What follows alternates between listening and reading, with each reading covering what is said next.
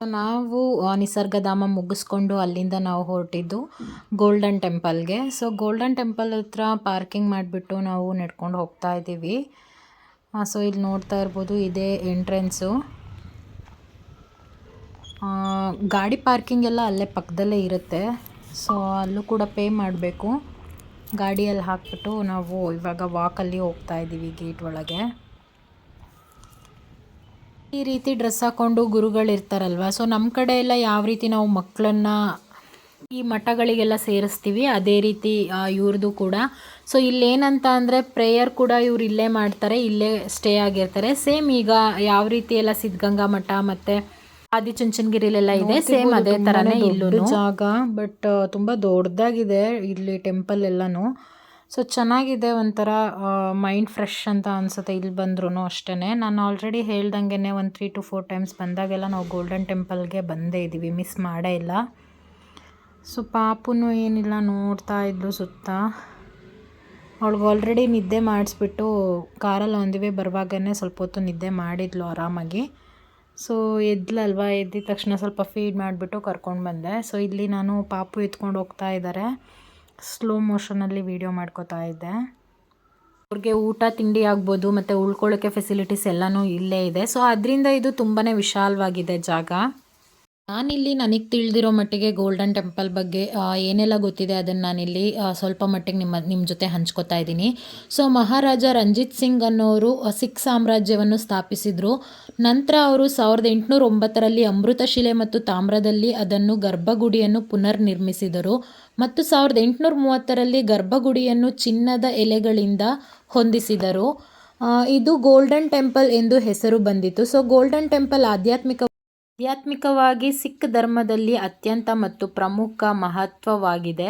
So ಈ golden ಟೆಂಪಲನ್ನು ನನಗೆ ಅರ್ಥ ಆಗಿದ್ದಿಷ್ಟೇ, ಅಂದರೆ ಇದನ್ನು ಚಿನ್ನ ಮತ್ತು ತಾಮ್ರದಿಂದ ಮಾಡಿದರು. ಅದಾದಮೇಲೆ ಗೋಲ್ಡನ್ ಅಂದರೆ ಚಿನ್ನದ ಎಲೆಗಳಿಂದ ಅದಕ್ಕೆ ಲೇಪನ ಮಾಡಿದ್ದಾರೆ ಅಂತ. ಸೊ ಇದು ಅದರಿಂದನೇ ಗೋಲ್ಡನ್ ಟೆಂಪಲ್ ಅಂತ ಹೆಸರು ಬಂದಿದೆ. ನಾನು ಈ ಸ್ಟೋರಿ ಕೇಳಿದ್ಮೇಲೆ ಓದಿದ್ಮೇಲೆ ನನಗನ್ನಿಸ್ತು ಇದು ತುಂಬಾ ಹಳೆ ಟೆಂಪಲ್ ಅಂತ. ಅವರೆಲ್ಲ ಈ ರೀತಿ ಪಾಪನ ಮಾತಾಡಿಸ್ತಾ ಇದ್ರು, ನನಗೂ ಖುಷಿ ಆಗ್ತಾ ಇತ್ತು. ಸೊ ಇಲ್ಲೇ ನೋಡ್ತಾ ಇರ್ಬೋದು ಹೋಗ್ತಾ ಮುಂದೆ ಇಲ್ಲಿ ಸ್ಲಿಪ್ಪರ್ ಬಿಡೋಕ್ಕೆ ಸ್ಟ್ಯಾಂಡ್ ಇದೆ. ಸೊ ಅಲ್ಲಿ ಸ್ಟ್ಯಾಂಡಲ್ಲಿ ಬಿಟ್ಬಿಟ್ಟು ಹೋಗ್ತಾ ಇದ್ದೀವಿ. ಸೊ ಇಲ್ಲಿ ಏನಂತ ಅಂದರೆ ದೀಪಗಳು ತುಂಬಾ ದೀಪಗಳೆಲ್ಲ ಹಚ್ತಾರೆ, ಅಂದರೆ ಅದು ಡೈಲಿ ಅವ್ರದ್ದು ರೊಟೀನ್ ಅಂತೆ. ಅದೆಷ್ಟೋ ಲಕ್ಷ ದೀಪಗಳನ್ನ ಹಚ್ತಾರೆ. ಸೊ ಎಲ್ಲ ರೆಡಿ ಮಾಡಿಬಿಟ್ಟು ಇಟ್ಟಿದ್ರು. ಸೊ ಈ ಗೋಲ್ಡನ್ ಟೆಂಪಲ್ಗೆ ಬಂದರೆ ನನಗೆ ಆ ದೇವ್ರದ್ದು ವಿಗ್ರಹಗಳು ನೋಡ್ತಾ ಇದ್ರೇ ಒಂಥರ ಆನಂದ ಅಂತ ಅನಿಸುತ್ತೆ. ಸೊ ಇಲ್ಲೂ ಅಷ್ಟೇ ಎಲ್ಲ ಅಂದರೆ ಅಲ್ಲಿ ಮಕ್ಳುಗಳಿರ್ತಾರಲ್ವ, ಅವ್ರಿಗೆಲ್ಲನೂ ಅಲ್ಲಿ ಕೂರಿಸ್ಬಿಟ್ಟು ಅವ್ರಿಗೆ ಅವ್ರದ್ದೇ ಆಗಿದ್ದ ಪದ್ಧತಿಲಿ ಯಾವ ರೀತಿ ಎಲ್ಲ ಹೇಳ್ಕೊಡ್ಬೇಕು ಅದನ್ನು ಹೇಳ್ಕೊಡ್ತಾ ಇರ್ತಾರೆ. ಅದಂತೂ ಕೇಳೋಕ್ಕೆ ತುಂಬಾ ಚೆನ್ನಾಗಿರುತ್ತೆ. ಸೊ ಪೀಸ್ಫುಲ್ ಅಂತ ಅನ್ನಿಸ್ತು ಇಲ್ಲಿ ಬಂದಾಗ. ಅಂದರೆ ತುಂಬ ಜನ ಏನಿರಲಿಲ್ಲ ನಾವು ಹೋದಾಗ, ಒಂದು ಸ್ವಲ್ಪ ಜನ, ಒಂದು ಮೀಡಿಯಮ್ ಇದ್ದರು. ನೋಡ್ತಾ ಇರ್ಬೋದು ನಾವು ಎಂಟ್ರಿ ಆದ್ವಿ ಟೆಂಪಲ್ ಒಳಗೆ. ಸೊ ನನಗದು ಫುಲ್ಲು ಚಿನ್ನದ್ದೇನಾ ಅಥವಾ ಏನು ಅಂತ ಅದಂತೂ ಕನ್ಫರ್ಮ್ ಗೊತ್ತಿಲ್ಲ, ನಾನು ಎಲ್ಲೂ ಅಂದರೆ ಕೇಳೋಕ್ಕೆ ಹೋಗಿಲ್ಲ. ಬಟ್ ಗೋಲ್ಡನ್ ಟೆಂಪಲ್ ಅಂತ ಹೇಳ್ತಾರೆ, ಫುಲ್ಲು ಚಿನ್ನದ್ದೇ ಮಾಡಿದರೋ ಅಥವಾ ಕಂಚಿಂದೆಲ್ಲ ಬರುತ್ತಲ್ಲ ಆ ರೀತಿ ಏನಾದರೂ ಕೋಟೆಡ್ ಮಾಡಿಬಿಟ್ಟು ಮಾಡಿದಾರೋ ಗೊತ್ತಿಲ್ಲ. ಸೊ ನೀವು ನೋಡ್ತಾ ಇರ್ಬೋದು ಇಲ್ಲಿ ಮೇಲ್ಗಡೆ ಎಲ್ಲ ಎಷ್ಟು ಚೆನ್ನಾಗಿ ಡಿಸೈನ್ಸ್ ಮಾಡಿದ್ದಾರೆ. ನಾನು ಅದನ್ನು ಕೂಡ ವೀಡಿಯೋ ಮಾಡ್ಕೋತಾ ಇದ್ದೆ. ಸೊ ನನಗಿಲ್ಲಿ ಗೊತ್ತಿರೋಂಗೆ ಮಧ್ಯದಲ್ಲಿರೋದು ಬುದ್ಧ ಅನ್ನೋದು ಒಂದೇ ಗೊತ್ತಿರೋದು. ಸೊ ನಾನು ಅದನ್ನು ನೋಡ್ಬಿಟ್ಟು ಕೇಳ್ತಾ ಇದ್ದೆ, ಇದು ಯಾವ ದೇವರು ಏನು ಅಂತ. ಅಲ್ಲಿ ಬೋರ್ಡ್ಗಳು ಹಾಕಿದ್ದಾರೆ ನೇಮಿಂದು. ಸೊ ನಾನು ಮರ್ತ್ಕೊಂಡ್ಬಿಟ್ಟಿದ್ದೀನಿ. ಸ್ವಲ್ಪ ಹೊತ್ತು ಆರಾಮಾಗಿ ಇಲ್ಲೇ ಕೂತಿದ್ವಿ, ವೀಡಿಯೋಸು ಫೋಟೋಸು ಎಲ್ಲ ತೊಗೊಂಡ್ವಿ. ಸೊ ಚೆನ್ನಾಗಿತ್ತು, ಒಂಥರ ಫುಲ್ಲು ಕೂಲಾಗಿತ್ತು ಒಳಗೆ. ಸೊ ಇಲ್ಲೂ ಅಷ್ಟೇ ನಾನು ಫೋಟೋಸು ವೀಡಿಯೋಸ್ ಎಲ್ಲ ತೊಗೋತಾ ಇದ್ನಲ್ವ. ಸೊ ನೋಡಿ ಈ ಕಡೆ ಪಾಪುನ ತಿರುಗಿಸಿ ಅಂತ ಹೇಳ್ತಿದ್ದೆ. ಅವಳಂತೂ ತುಂಬ ಹಠ ಮಾಡ್ತಾಯಿದ್ಲು ಆ ಕಡೆನೇ ನೋಡಿಕೊಂಡು. ಸೊ ಪಾಪುನ ಕರ್ಕೊಂಬಂದಾಗೆಲ್ಲ ನಮಗೆ ಯಾವುದೇ ಒಂದು ಪ್ಲೇಸ್ಗೆ ಹೋದ್ರೂ ಹೊಸ ಪ್ಲೇಸೇ ಆಗಿರುತ್ತೆ. ಯಾಕೆಂದರೆ ನಾವು ಇಬ್ಬರಿದ್ದಾಗ ಹೋಗ್ತಾ ಇದ್ವಿ, ಇವಾಗ ನಾವು 3 ಜನ ಆಗಿದ್ದೀವಿ. ಸೊ ಅದೊಂದು ಖುಷಿ ಇದೆ ನನಗೆ. ಅದಾದಮೇಲೆ ನಾವು ಅಲ್ಲಿಂದ ಮತ್ತೆ ಅಂದರೆ ಪಕ್ಕದಲ್ಲಿ ಇನ್ನೂ 2 ದೇವಸ್ಥಾನಗಳಿದೆ. ಸೊ ಅದನ್ನು ನೋಡೋಣ ಅಂತೇಳ್ಬಿಟ್ಟು ಹೋದ್ವಿ.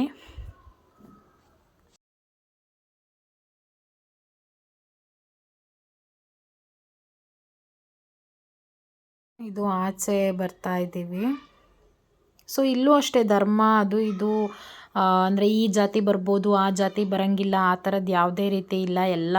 ಎಲ್ಲ ಜಾತಿಯವರು ಅಷ್ಟೇ ಎಲ್ಲರೂ ಬರ್ತಾಯಿದ್ರು. ನಾನು ನೋಡಿದೆ ಅಲ್ಲಿ ಪ್ರತಿಯೊಬ್ಬರು ಬಂದು ಒಳಗೆಲ್ಲ ನೋಡಿಕೊಂಡು ಹೋಗ್ತಾಯಿದ್ರು. ಸೊ ಇದಿಲ್ಲಿ ನಾನು ಆವಾಗಲೇ ಹೇಳ್ದಂಗೆ ಇಲ್ಲಿ ಅಕ್ಕಪಕ್ಕದಲ್ಲಿ ತುಂಬ ಇದೆ, ಅಂದರೆ ದೇವಸ್ಥಾನಗಳ ಥರ ಇದೆ. ಸೊ ಅಲ್ಲಿ ಹೋಗೋಣ ಅಂತ ಹೇಳ್ಬಿಟ್ಟು ಹೋಗ್ತಾ ಇದ್ದೀವಿ. ಲಾಸ್ಟ್ ಟೈಮ್ ಬಂದಾಗ ಇಲ್ಲಿ ಮಕ್ಳುಗಳನ್ನ ಕೂರಿಸ್ಬಿಟ್ಟು ಪ್ರೇಯರ್ ಮಾಡಿಸ್ತಾ ಇರ್ತಾರೆ. ಸೊ ನಾನು ಅದನ್ನು ನೋಡಬೇಕು ಅಂತ ಇಲ್ಲಿ ಒಬ್ಬರು ನಡ್ಕೊಂಡು ಬರ್ತಾ ಇದ್ದಾರೆ. ನಾನು ಇವ್ರ ಹತ್ರ ಕೇಳಿದೆ, ಬಟ್ ಇಲ್ಲಿ ಅಲೋಡ್ ಇಲ್ಲ ಅಂತ ಹೇಳ್ಬಿಟ್ಟು ಅವ್ರು ಹಾಗೇ ಕೈಯಲ್ಲೇ ಸನ್ನೆ ಮಾಡಿಬಿಟ್ಟು ಹೋದರು. ಸೊ ಅಂದ್ಕೊಂಡೆ ಇಲ್ಲಿ ಬಿಡಲ್ಲ ಅಂತ. ಸೊ ಅಲ್ಲಿಂದ ಮುಂದೆ ಬಂದ್ವಿ. ಇನ್ನೇನು ಮಾಡೋಕ್ಕಾಗಲ್ಲ. ಲಾಸ್ಟ್ ಟೈಮ್ ಬಂದಾಗ ನಾವು ಹತ್ತಿರ ಅಂದರೆ ಒಂದು ಸ್ವಲ್ಪ ಮುಂದೆ ಆದಂಗೆ ನಿಂತ್ಕೊಂಡು ಎಲ್ಲನೂ ಕೇಳಿಸ್ಕೊಂಡು ಹೋಗಿದ್ವಿ. ಬಟ್ ಅರ್ಥ ಆಗಲ್ಲ, ಬಟ್ ಏನೋ ಒಂದು ದೇವ್ರದ್ದು ನಂಬಿಕೆ ಅಂತ. ಸೊ ಇಲ್ಲಿ ದೊಡ್ಡದು ಈ ಥರ ಗಂಟೆ ಇಟ್ಟಿದ್ದಾರೆ. ಸೊ ಅದು ಕೂಡ ಚೆನ್ನಾಗಿದೆ. ಅಲ್ಲಿ ನೋಡ್ತಿರ್ಬೋದು. ಅದ್ರ ಪಕ್ಕದಲ್ಲೇ ಇನ್ನೊಂದಿದು ಟೆಂಪಲ್ಲು. ಏನಂದರೆ ಅಲ್ಲಿ ಒಳಗೆ ಎಂಟ್ರಿ ಇರಲಿಲ್ಲ, ನಾನು ಇಲ್ಲೇ ಕಿಟಕಿಯಲ್ಲಿ ಮಾಡ್ಕೊಂಡಿದ್ದೀನಿ. ಸೇಮ್ ಅಲ್ಲಿ ಯಾವ ಥರ ಮೂರ್ತಿಗಳಿದೆ 3 ಅದೇ ಥರ ನೋಡ್ತಿರ್ಬೋದು. ಇಲ್ಲಿ ದೀಪಗಳೆಲ್ಲ ಹಚ್ಚಿದ್ದಾರೆ. ಸೊ ಅದೆಷ್ಟು ಲಕ್ಷ ದೀಪಗಳು ಏನು ಅಂತ ನನಗೂ ಗೊತ್ತಿಲ್ಲ, ಯಾಕೆಂದರೆ ಅಲ್ಲಿ ಕರೆಕ್ಟಾಗಿ ಯಾರಿಗೂ ಕನ್ನಡ ಬರ್ತಿರಲಿಲ್ಲ. ಸೊ ಅದರಿಂದ ನಾನು ಯಾರನ್ನೂ ಕೇಳೋಕ್ಕೆ ಹೋಗಿಲ್ಲ. ಕನ್ನಡ ಬಿಟ್ಟರೆ ಬೇರೆ ಭಾಷೆ ನಮಗಂತೂ ಬರಲ್ಲ. ಸೊ ಅದರಿಂದ ಹಿಂಗೆ ವೀಡಿಯೋ ಮಾಡ್ಕೊಂಡು ಮುಂದೆ ಬಂದೆ. ಸೊ ಇಲ್ಲಿ ನೋಡ್ತಿರ್ಬೋದು, ಈ ಕಡೆ ನನ್ನ ಲೆಫ್ಟ್ ಸೈಡಲ್ಲೂ ಒಂದಿದೆ ಟೆಂಪಲ್ ಥರ. ಸೊ ಅದರೊಳಗೂ ನಾನು ಹೋದೆ. ಇವಾಗ ನಾವು ಹೇಗೆ ನಮ್ಮ ಕಡೆ ಒಂದು ದೇವಸ್ಥಾನಕ್ಕೆ ಅಂತ ಹೋದರೆ ಒಂದೇ ದೇವಸ್ಥಾನದಲ್ಲಿ ಎಲ್ಲ ರೀತಿ ದೇವ್ರುಗಳಿರುತ್ತೋ, ಸೊ ಇಲ್ಲೂ ಅದೇ ರೀತಿ ಅಂತ ಅನಿಸುತ್ತೆ. ಸೊ ಇಲ್ಲೂ ತುಂಬ ದೇವ್ರುಗಳಿತ್ತು.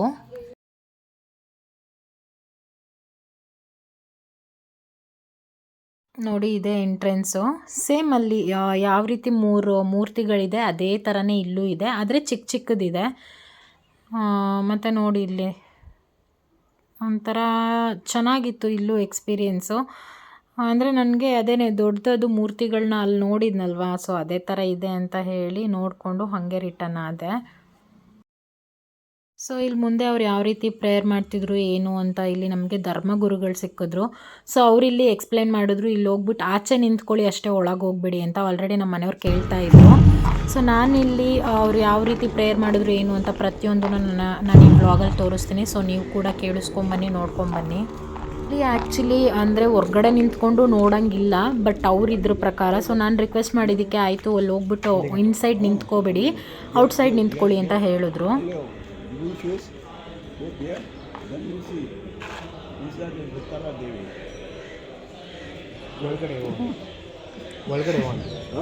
ಒಳಗೆ no entry in inside, only outside.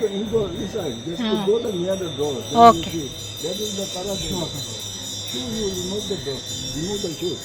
Shoes ಇಲ್ಲಿ ಬಿಡು ಸೈಡ್.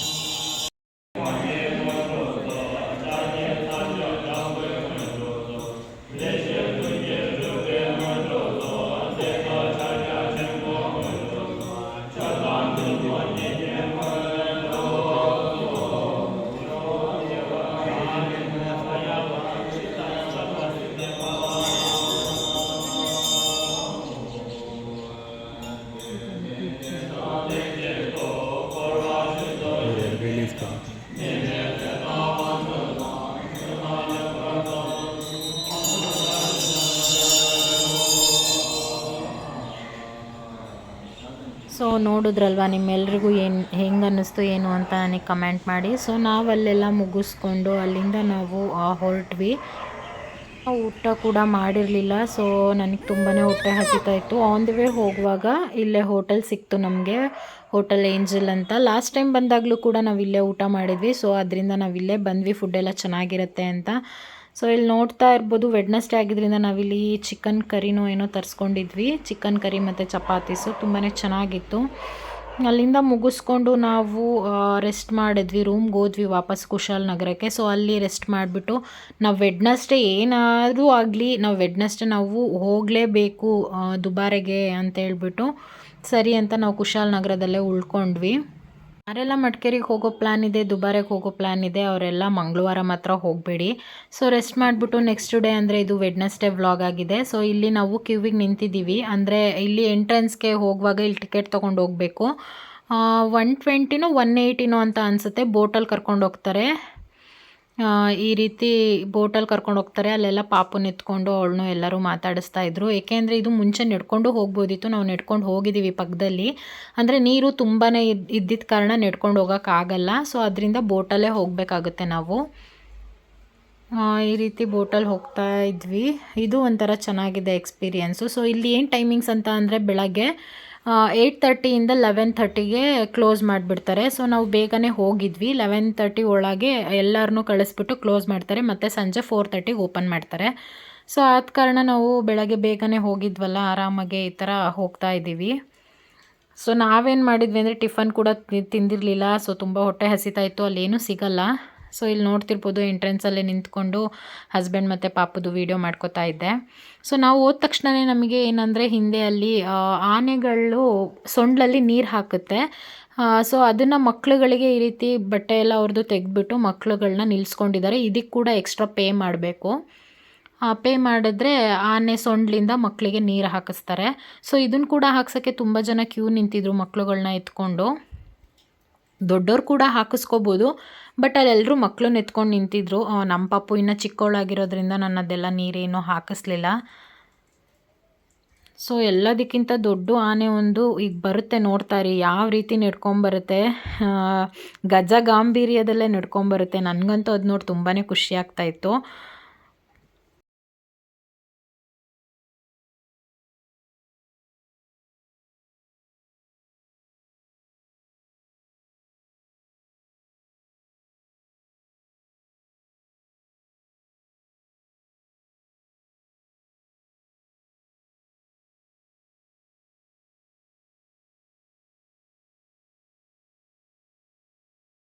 ನೋಡಿ ಇದೇ ಆನೆ.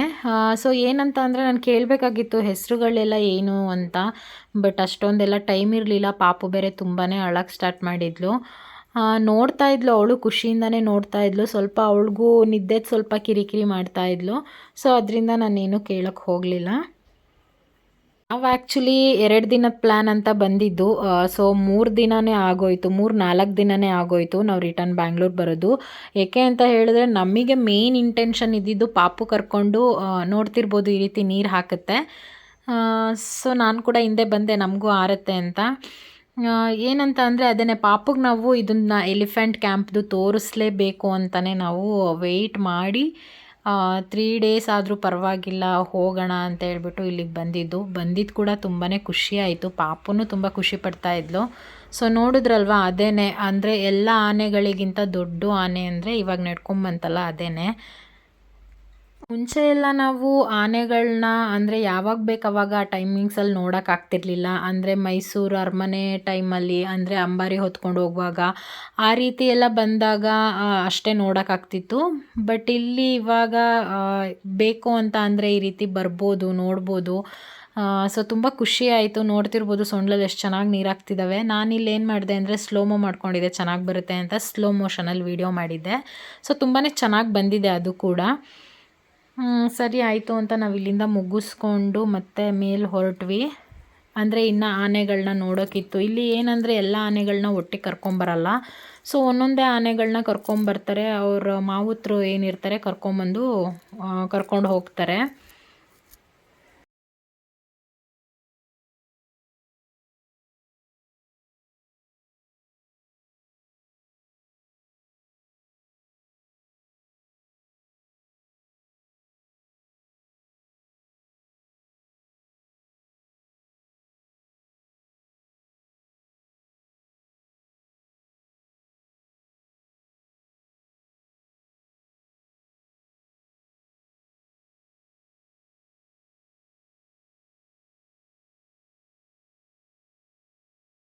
ತೆಗ್ದು ಸುಂಡ್ರಲ್ಲಿ ಹೊಡಿ ನೀನು ಹೊಡಿ ನೋಡಿ ಹೊಡಿತೀನಿ ಅಂತ ಬಾ ಬಾ ಅಂತದೆ ನೋಡಿ.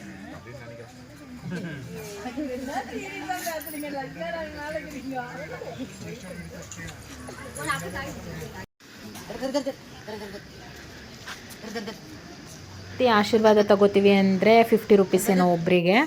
ಸೊ ಅದರಲ್ಲಿ ಅವರಿಬ್ಬರು ಆಶೀರ್ವಾದ ತೊಗೊಂಡ್ರು. ನಾನೇನು ಹೋಗಲಿಲ್ಲ, ನನಗೆ ಸ್ವಲ್ಪ ಭಯ ಇತ್ತು.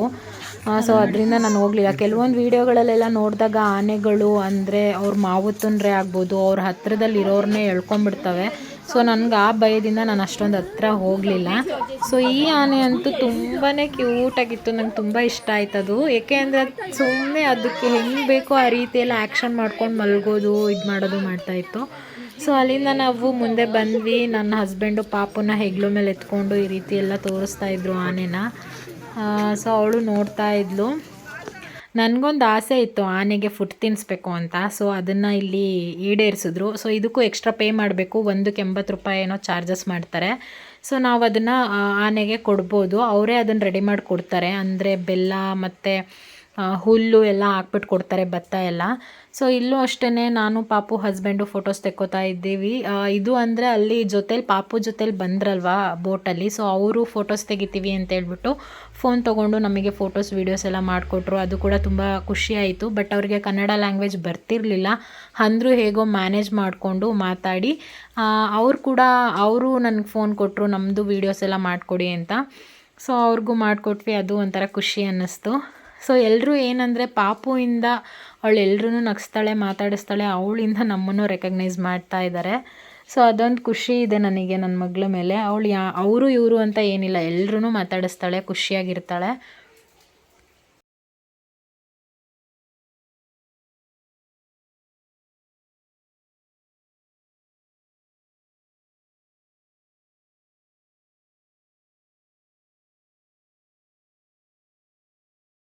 ಇಲ್ಲಿ ನೋಡ್ತಾ ಇರ್ಬೋದು, ನಾನಿಲ್ಲಿ ಫೀಡ್ ಮಾಡ್ತೀನಿ ಅಂತ ಹೇಳ್ಬಿಟ್ಟು ತೊಗೊಂಡ್ವಿ.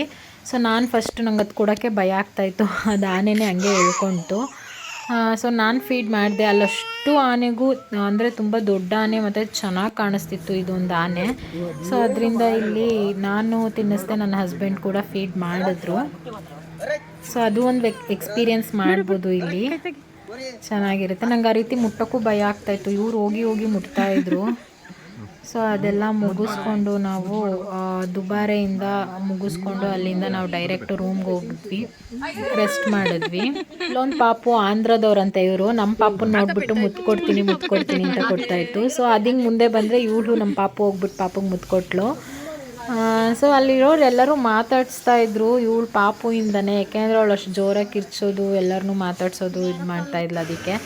ಸೊ ನೋಡ್ತಿರ್ಬೋದು ಅಲ್ಲಿಂದ ನಾವು ಸರಿ ಇದೆಲ್ಲ ಮುಗಿಸ್ಕೊಂಡ್ವಿ, ಫೋಟೋಸು ವೀಡಿಯೋಸ್ ಎಲ್ಲ ತೊಗೊಂಡ್ವಿ. ಸೊ ಅದಾದಮೇಲೆ ನಾವು ರೂಮ್ಗೆ ಹೋಗಿ ರೆಸ್ಟ್ ಮಾಡಿ ಅವತ್ತಿನ ದಿನವೇ ನಾವು ಬ್ಯಾಂಗ್ಳೂರು ಹೊರಟ್ವಿ. ಸೊ ಇದಾಗಿತ್ತು ನನ್ನ ಮಡಿಕೇರಿ ವ್ಲಾಗ್. ಯಾರಿಗೆಲ್ಲ ಇಷ್ಟ ಆಗಿದೆ ದಯವಿಟ್ಟು ಲೈಕ್ ಮಾಡಿ, ಶೇರ್ ಮಾಡಿ, ಕಮೆಂಟ್ ಮಾಡಿ. ಇನ್ನೂ ಯಾರೆಲ್ಲ ಸಬ್ಸ್ಕ್ರೈಬ್ ಆಗಿಲ್ಲ ನನ್ನ ಚಾನಲ್ಗೆ ಸಬ್ಸ್ಕ್ರೈಬ್ ಮಾಡಿ ಅಂತ ಕೇಳ್ಕೊತೀನಿ. So thank you for watching my vlog. Next ವ್ಲಾಗಲ್ಲಿ ಸಿಗ್ತೀನಿ. ಟಾಟಾ, ಬಾಯ್.